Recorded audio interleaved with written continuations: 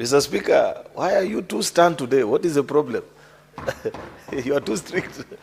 Anyway, Mr. Speaker, I want to register my appreciation to colleagues who have at least taken time to agree, disagree, critique, Mr. Speaker, the President's speech. There is a culture, Senator Mungatana, that is fast disappearing from Parliament. And as an elder, you need to be worried. This is no longer a house of debate. And it should concern anybody that loves the legislature.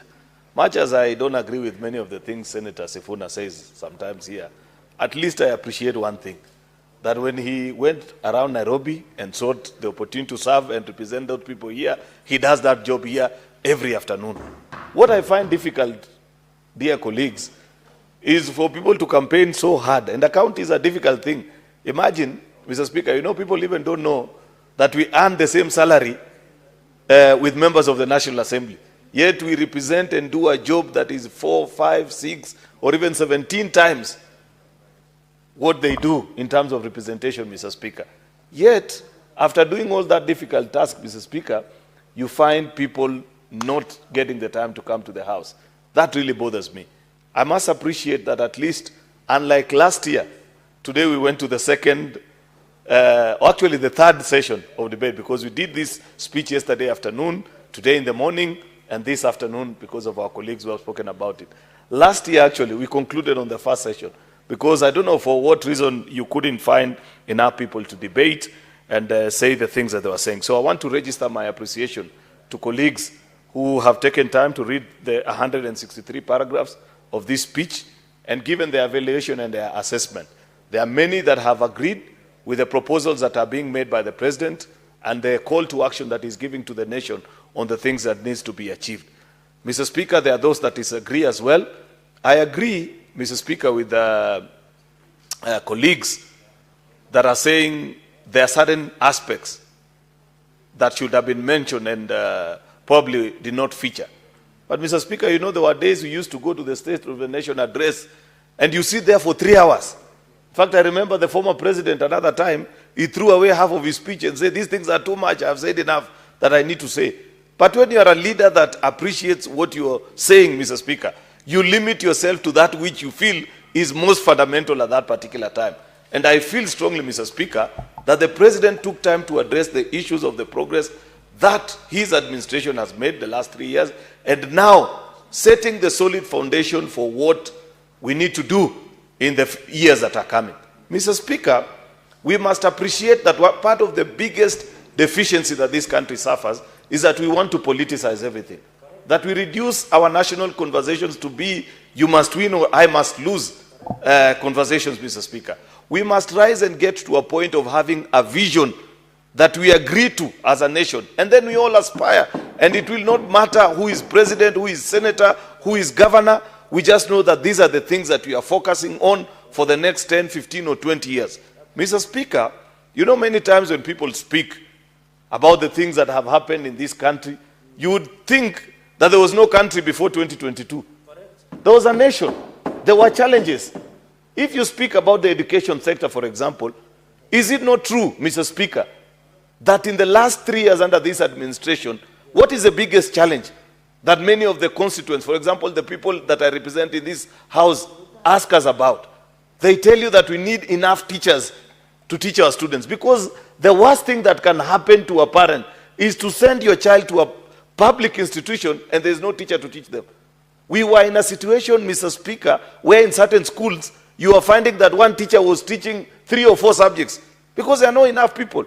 The progress that has been made of employing close to 80,000 teachers up to this point is significant progress and need to be noted. The second thing, Mr. Speaker, that we struggle about is infrastructure. I went through public education, and I know today when I visit, for example, Unity Primary School, where I went to school, Mr. Speaker, I feel troubled because the kids squeeze themselves in a tiny little room, close to 100 children, particularly in cities, a place like Nairobi here, Mr. Speaker, where many children go to public institutions, Mr. Speaker, don't have sufficient infrastructure. This government has put in place the sufficient resources first to build across the country 23,000 classrooms to take care of the transition that is happening from the former education 844 to CBE, competent-based education, Mr. Speaker, and the rest of the things that need to be done. Therefore, you can record, and that's what we have said. While it is good to say the things that are not up to par in all our sectors, we must never forget where we have come from and what has been done. You can say the same about the health sector. Speak to your governor, Governor Mutuma, and he will tell you, Mr. Speaker, that part of the bigger problem that many of our county hospitals used to face from the defunct NHIF is that when they offered services to citizens, many of our public hospitals would actually wait for a year or two before being paid. That is no longer the case. We have challenged, and I'm happy because we are all in this house, and I hope CS Duale meant what he said when he promised us that before the end of the mandatory 1 year, 3 months period that we have given them under the Section 43 of the Social Health Authority Act, he will bring a report to this house. And I mentioned to him and I said, I want to see that report detailed, name by name, the institutions that have been compensated in my own county. Because I want to go there and see Cheborgei Health Center. How much in compensation have they received over the last 1 year? Because that is the only way you're going to build a credible public health infrastructure, Mr. Speaker. One that is supported by payments from the national coverage that citizens are receiving. As we speak today, Mr. Speaker, you cannot argue with the fact that there are 28 million Kenyans that are registered under SHA. They register themselves, 50,000 of them each day. Do you know why they are registering?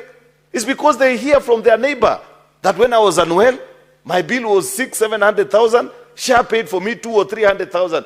And that means a lot to the ordinary folk in the village. Mr. Speaker, we must establish ways through which we will provide medicine in our health facilities. It is the biggest concern each time, it's the biggest concern that citizens raise, for example, with me as a representative each time when I speak in public engagements and ask them to register on SHA, because they tell me, then tell the governors to put medicine in the hospitals, because it's not sufficient just to walk there. Mr. Speaker, there have been arguments that have been made also about the lack of address to national values and principles of governance. My colleague, Senator Sifuna, the last paragraph of that article that you read speaks about sustainable development, development that transitions from one generation to the other. I believe that is what the president is speaking to in the last 45 paragraphs of his speech, the things that we must do as a republic. And he asked the questions in this speech, Mr. Speaker, that, for example, when we did privatization of Telcom, when we did privatization of Kenjet, when we did privatization of Safaricom, where did those funds go? We consumed it all in salaries. That's why we are saying we must be a people that inflect and reflect and learn from the mistakes of the past. That's why we are proposing this time and saying that if we carry out any privatization like what is being done with pipeline and all the rest that are following, we must put it in a national sovereign wealth fund like other countries do, funds that will only be invested in making our country better. I believe that is part of sharing the burden from one generation to the other, and so many other things that can be done. What I want to challenge in conclusion, Mr. Speaker, because I know my time is up and I don't want to speak a lot because my colleague have said very, very important things, is as a house, what I expect us to do come 2026, Mr. Speaker, is in so many of these solid programs that are being proposed, where I feel we have let the people of Kenya down is on our oversight as an institution of governance in this country, Mr. Speaker. There are many programs, Mr. Speaker, that have been done and they are running out within the circles of public, Mr. Speaker, yet there are questions that citizens continue to raise which they expect that us as their representatives, we will speak about them to fine-tune, from the affordable housing program to social health to this one of the sovereign wealth. Senator Mongatana, we must be the voice that continue to check and ensure the dream that we had when we passed those laws is implemented to the letter. My dear colleagues, there is what the executive can do. There is what also we must do as a legislature. And it is not in our place. We must compete. For example, I have challenged and I have told the House that as we receive the reports of, for example, the markets and the houses that are being built across the country, we must see the national spread. You must see significant markets of 700, 800, 900 million shillings being built in Tana River the same way they are being built in other parts of the country. That is our duty, and we must ensure that as the president and the executive do their part, we also do our part, Mr. Speaker. That is what we are called upon to.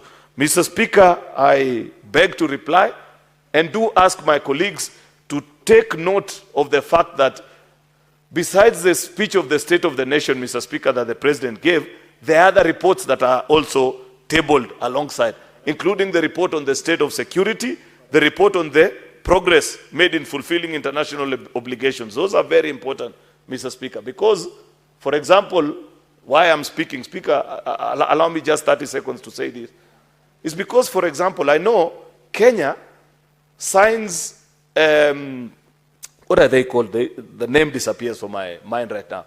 The economic agreements, CEPA, you know, comprehensive economic partnership agreements with other countries, including countries like those in the Middle East, Mr. Speaker. It is the time has come for us as members of this House to look into the details of those agreements and see what the host countries give as their commitment, Mr. Speaker, in ensuring that the fundamental rights of the citizens from this country that work in those countries are guaranteed, Mr. Speaker. It is not fair for many of our young people that we see working, particularly in the Middle East, Mr. Speaker, and occasionally we keep seeing videos of them being harassed. Some of them are killed, Mr. Speaker, yet it is without consequence. There must be a consequence to the host country, Mr. Speaker, because all those agreements are signed and approved and ratified by this House. Therefore, it is our duty to ensure that we follow through, to ensure that Kenyans who work in those countries, Mr. Speaker, their rights are guaranteed. With those many remarks, Mr. Speaker, I beg to reply. Finally, Mr. Speaker, pursuant to Standing Order number 66.3, I request for the department of the putting of a question until a later date. I thank you. Very well. The putting of the question has been defined. We go to, okay, sorry. Honorable Senators, I want to reorganize order of business this afternoon. We defer order number 10 to order number 14. Those are committee of the whole. We go to order number 15. Order number 15, motion, report of the Standing Committee on Roads, Transportation and Housing on a petition by Mr. Francis Otieno regarding compensation to sugarcane crop damaged by the Department of Public Works, Roads, Energy and Transport in Pap Oriang in Siaya County. This motion was discussed on Wednesday, 19th November 2025, afternoon sitting. Senator RUTO Kenya has a balance of 16 minutes if he is around. If he is not, then we go to Senator Mungatana Danson.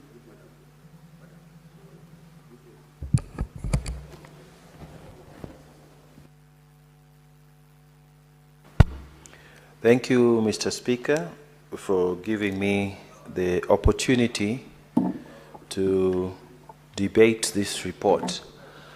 Mr. Speaker, this report was